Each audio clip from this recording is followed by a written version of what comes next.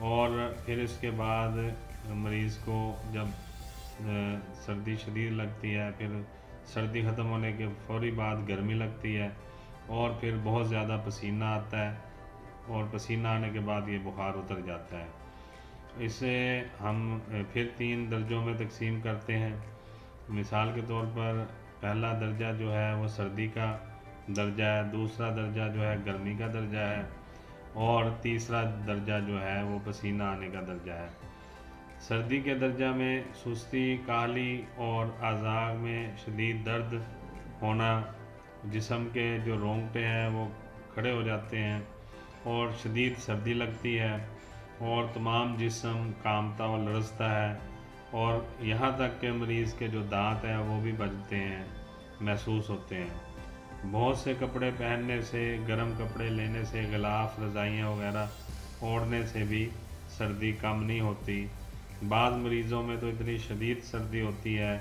کہ ان کے ناخن اور ہونٹ جو ہیں وہ نیلے پڑ جاتے ہیں، اور اندرونی اعضاء میں اکثر جو ہے خون جمع ہو جاتا ہے، جس کے باعث سر درد یا سر میں بوجھ معلوم ہوتا ہے۔ بعض اوقات سر میں زیادہ خون آ جانے سے بے ہوشی یا ہذیان کی کیفیت بھی پیدا ہو سکتی ہے۔ پھیپھڑوں میں خون زیادہ آنے کے باعث سانس جو ہے وہ تیزی کے ساتھ آنا شروع ہو جاتا ہے، مریض کو سانس لینے میں دشواری ہوتی ہے۔ جگر اور معدہ میں جو اجتماع خون ہونے کے باعث جو ہے جی متلاتا ہے اور شدید گھبراہٹ محسوس ہوتی ہے۔ کیونکہ یہ سردی کا درجہ کہلاتا ہے، اس کا جو اثر ہے وہ 1-1.5 گھنٹہ یا زیادہ 2 گھنٹہ تک رہتا ہے، لیکن بعض مریضوں میں جن میں قوت مدافعت کم ہو یا جسمانی طور پر جو کمزور ہوں، یہ درجہ جو ہے 4 یا 5 گھنٹے تک رہتا ہے، لیکن اکثر 1-1.5 گھنٹے میں یہ ختم ہو جاتا ہے، اور پھر گرمی والا درجہ شروع ہو جاتا ہے۔ اور جب ایک دفعہ اس بخار کی کئی باریاں آ چکی ہوں تو پھر یہ سردی مریض کو کم ٹائم کے لیے لگتی ہے، یا صرف 1 آدھ لمحے کے لیے ہلکی سی سردی محسوس ہوتی ہے، اور سردی والا جو درجہ ہے اس کا ٹائم پیریڈ بہت کم ہو جاتا ہے، اور جب سردی کا درجہ ختم ہو جاتا ہے تو اس کے بعد گرمی کا درجہ شروع ہو جاتا ہے۔ چنانچہ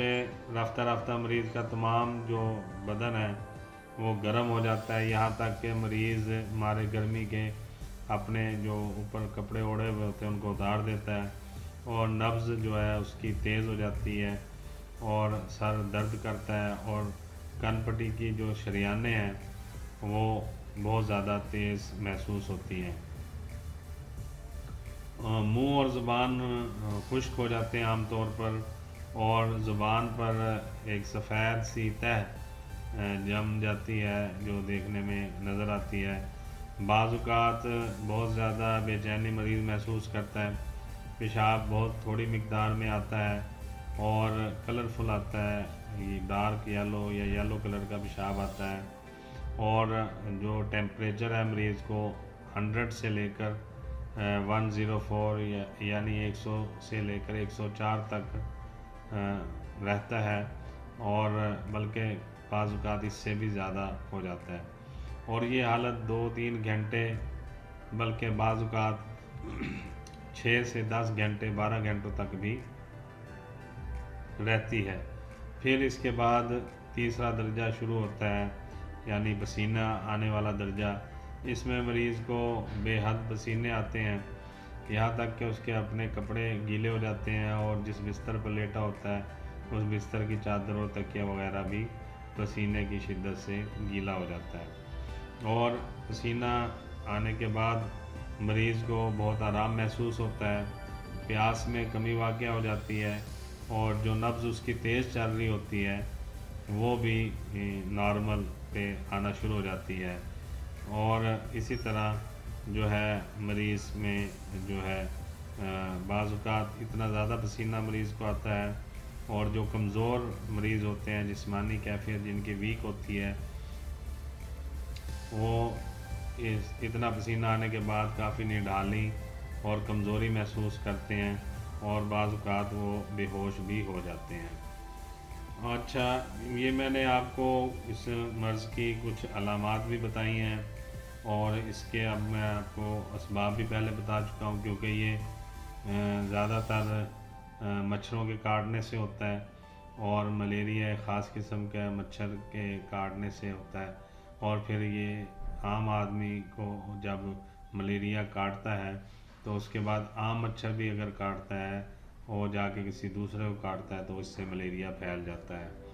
تو سب سے پہلے تو ہمیں یہ کرنا چاہیے کہ اس میں ہم جو مچھر ہیں، مچھروں کا موسم شروع ہوتا ہے عام طور پر اس وقت جب موسم تبدیل ہو رہا ہوتا ہے، یعنی گرمی سے سردی شروع ہو رہی ہوتی ہے یا سردی سے گرمی کی طرف جا رہے ہوتے ہیں، تو اس وقت مچھر بہت زیادہ ہو جاتے ہیں، اور دیہی علاقوں میں، خاص کر گرینری والے علاقوں میں، سرسبز علاقوں میں مچھر زیادہ ہو جاتا ہے، اور یا ان علاقوں میں جہاں پہ گندگی بہت زیادہ ہوتی ہے، یا پھر جوہڑ ہے پانی کے، گندے پانی کے، نکاس کا پانی کے خاص انتظام نہیں ہے، یا پانی گلیوں میں یا مکانوں کے ارد گرد کھڑا رہتا ہے، وہاں بھی مچھر بہت زیادہ ہو جاتے ہیں۔ تو مچھروں سے بچنے کے لیے احتیاطی تدابیر تمام اختیار کرنی چاہیے، خاص طور پر مچھر بھگاؤ لوشن لگائیں یا کوائل وغیرہ لگائیں جس سے مچھر آپ کے کمرے میں داخل نہ ہو، یا مچھر مار سپرے کریں، یا پھر آپ جو ہے جو مچھردانی ہوتی ہے جسے چارپائی کے اوپر لگا لیتے ہیں یا بستر کے اوپر رکھ لیتے ہیں، اس کا انتظام کریں تاکہ آپ کو سوتے ہوئے مچھر نہ کاٹیں اور یہ مرض زیادہ نہ پھیلے۔ اس میں جو ہے بہت ساری میڈیسن ہومیوپیتھک میں دی جاتی ہیں ملیریا یا نوبتی بخار میں، اس میں چند ایک میڈیسن میں آپ کو بتا دیتا ہوں۔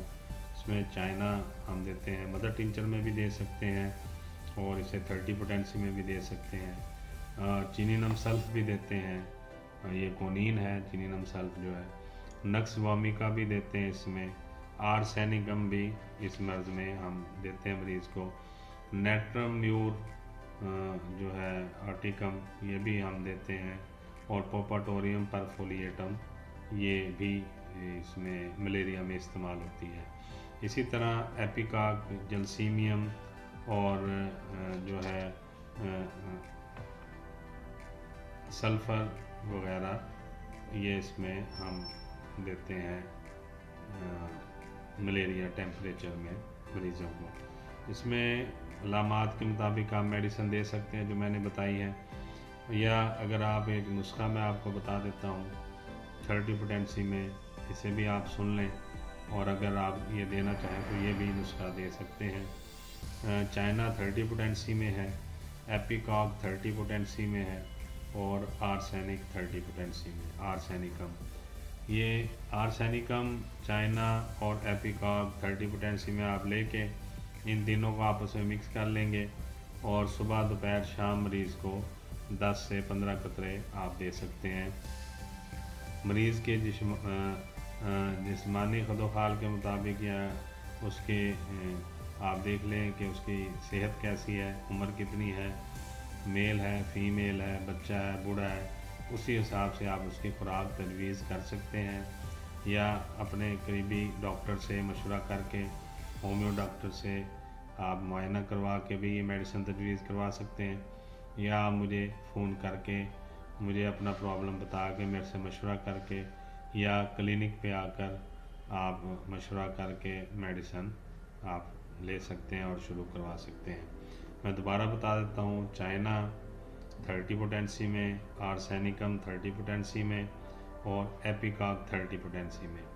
یہ تینوں آپ برابر برابر مکس کر کے آپس میں لے کر مکس کر لیں گے، اور پھر 10 قطرے 15 قطرے مریض کو دیں گے، بچہ آیا تو اسے 5 قطرے بھی آپ دے سکتے ہیں۔ امید ہے آپ کو آج کا پروگرام ملیریا فیور کے بارے میں آپ نے جو سنا ہے پسند آیا ہوگا، بہت ساری باتیں ایسی آپ کو پتہ چلی ہوں گی جو آپ کو پہلے معلوم نہیں ہوں گی، اور احتیاطی تدابیر بھی میں نے آپ کو بتائی ہیں، ان کا بھی آپ خیال رکھیں۔ سب سے پہلا جو ضروری کام وہ یہی ہے کہ آپ ملیریا سے بچنے کی کوشش کریں،